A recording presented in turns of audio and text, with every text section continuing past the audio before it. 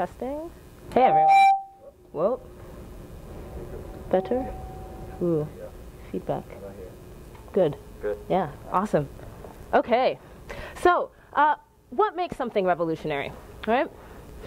Something is revolutionary if it totally disrupts the established order and it replaces this order with a new order, namely itself. And it's going to completely change the dynamics of everything around it. So we've been witnessing this massive shift in front-end development. It's becoming one of the most in-demand specializations. And we have all these new tools and frameworks that are really not only changing our lives as developers and designers, but they're affecting how we do things on a day-to-day basis. And it's this, they're affecting how we do things. They're giving us these capabilities that we can basically turn into new opportunities. So for example, Git comes out in 2005, and then 3 years later we get GitHub. And it's this transformation that I actually believe is revolutionary. Our tools are transforming our behaviors. And to quote Clay Shirky, revolutions don't happen when society adopts new technologies. They happen when we adopt new behaviors. So what are these new behaviors that we've adopted? First, let's make sure that we're on the same page about what I mean with a behavior and how behaviors come to be. So a behavior is the product of 3 factors. And this is Fogg's behavior model. He studies persuasive technology at Stanford. And in this model, he states that in order for a behavior to occur, you have to have sufficient motivation, sufficient ability, and you have to be triggered. So motivation is pretty much the worst thing. You should never rely on motivation for trying to get someone to change their behavior. We all know how well New Year's resolutions go. You're really motivated, a couple days later, not so great. Ability, as you can see here, can really be thought of as a factor of how easy something is to do. So the easier it is, the more able one is. And lastly, trigger. So Dr. Fogg actually really believes that we should focus on triggers, and simple triggers will help us create habits. And habits are nothing more than automatic behaviors. So now we're going to walk through and see how our tools basically got us to change our behaviors. And they did 2 things. First, we had to adopt the tool, which was a behavior change. And then as a consequence of adopting that tool, we gained some new behaviors, and I'm going to walk you through this. So to understand how this came to be, we need to back up a little bit, and we need to go back to the mid-aughts. And there was a lot happening in development. And around 2004, we had the release of the Rails and Django frameworks. 2005, we had Git frameworks. And we also had this slew of JavaScript frameworks that were coming up. And they were really aimed at helping developers address the inconsistencies across browsers, because it was a nightmare. And so jQuery comes out in 2006. And it wasn't the first framework, but it was the only one that took into consideration 3 factors that allowed it to succeed. First, jQuery itself was a simple solution to the problem. The code was really simple. It addressed one thing, and it did it really well, and that was letting us deal with DOM manipulation. Second, from the get-go, jQuery released with really good documentation. So Prototype actually had pretty much been adopted into Rails by that point, and it kind of was the main one, but it didn't have documentation. In fact, it was like after a year before it actually released documentation.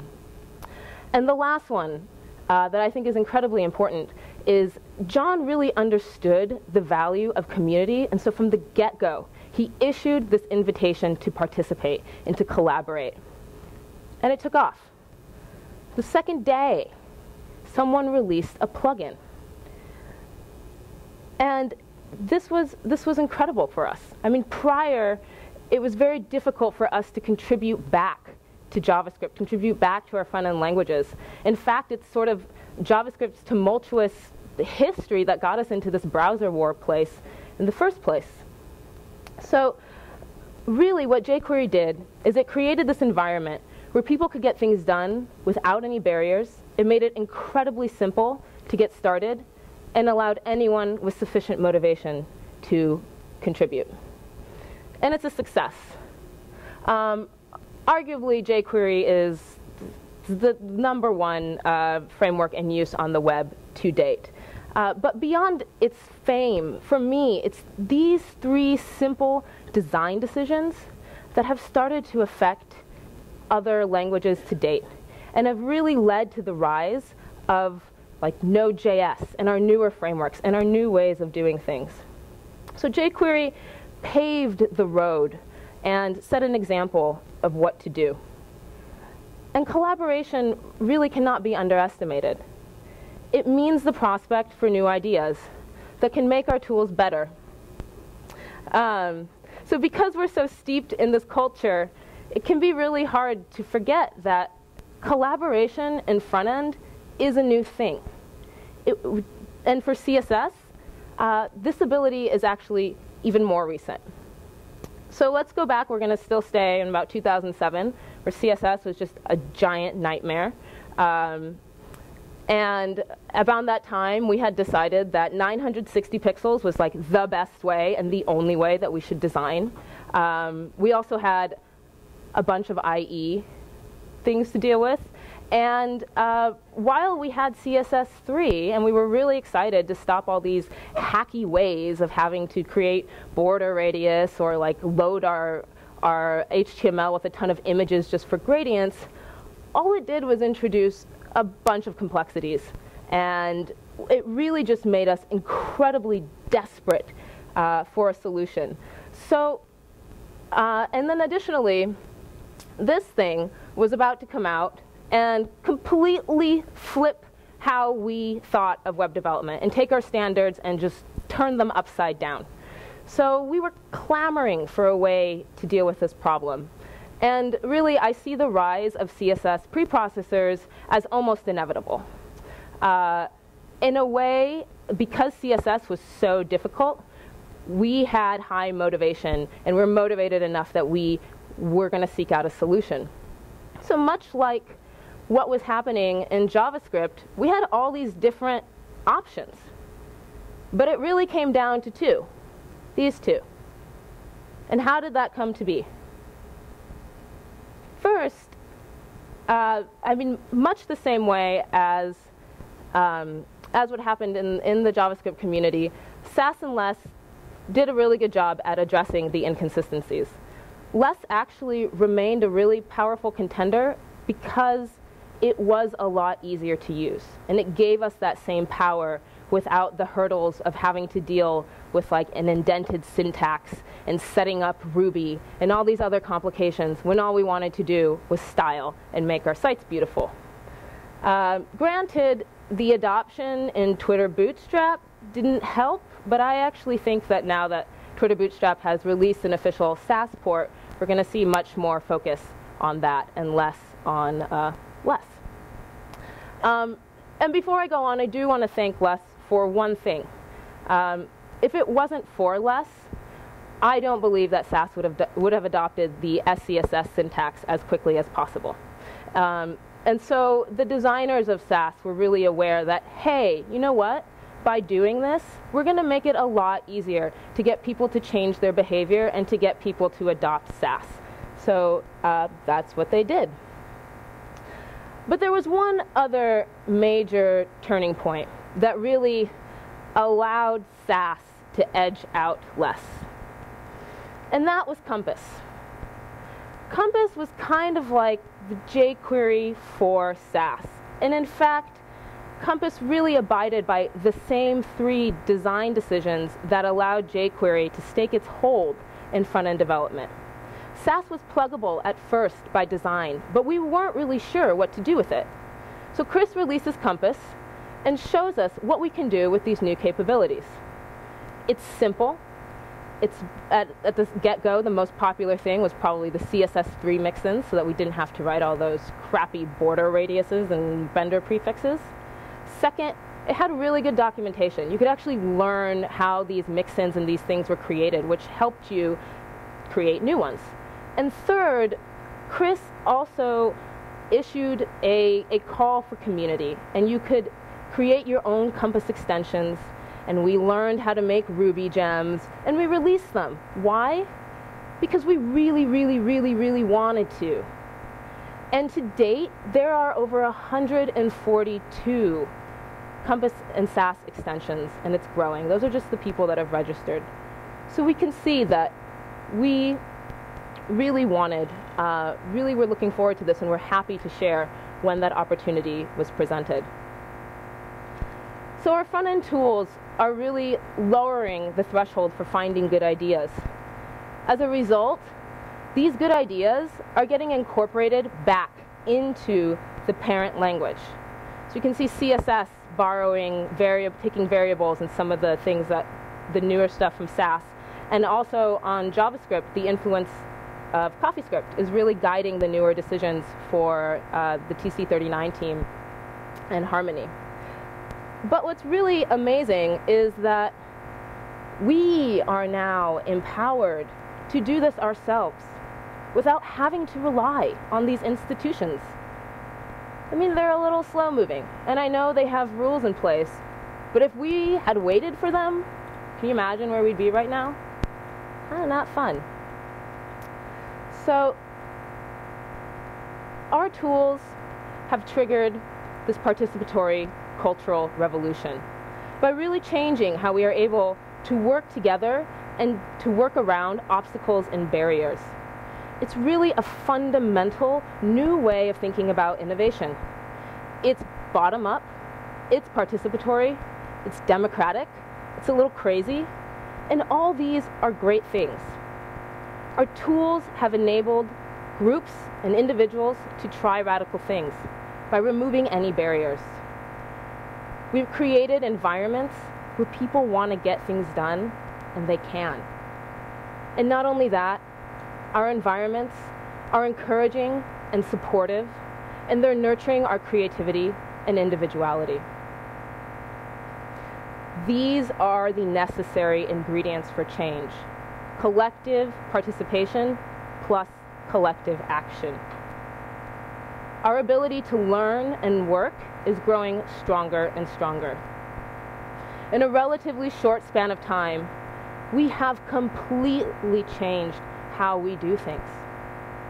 I mean, we wouldn't really dream of approaching a project without any one of these new tools. So, what's the point of all of this, right? At a certain point, we're kind of like, why do we need so many things? Do we need yet another build tool, and yet another static site generator, and yet another way to process or compile our CSS? I mean, it may start to really seem redundant, but it's really not quite yet. Because right now, the best thing that we can do is to continue to spur and encourage this innovation, our imagination, our creativity. A lot of our life is sort of spent focusing us down these paths, and the more that we can stay open and allow ourselves to experiment, the more new ideas that we can keep generating. So I really predict that in the following years, we're going to start to see a shift from technical problems to more human problems. It's going to be about the human connection. Tech will be a part of what we do, but it's not going to be that first solution that we should jump to, right? So we really need to take care right now to make sure that we are building helpful, welcoming communities that are going to celebrate diversity and difference. Let's continue to ensure that we are open and supportive to everyone, no matter beliefs, skill set, skill level, or discipline. Remember to be kind. And in the words of Chris Epstein, let's not form cliques. So what's incredibly wonderful and encouraging to me, and should be to everyone, is that we are actually succeeding. Look at us here today. The organizers of this conference value community, value diversity, and they put that first. And it's incredible. The second thing that I also found really interesting that we might not know is that at the same time that we've been changing our behaviors, we've actually done so in a way that's designed for resilience. So this is a small world network. And how it works is that you have these tightly small connected groups that then have loose connections to a larger group.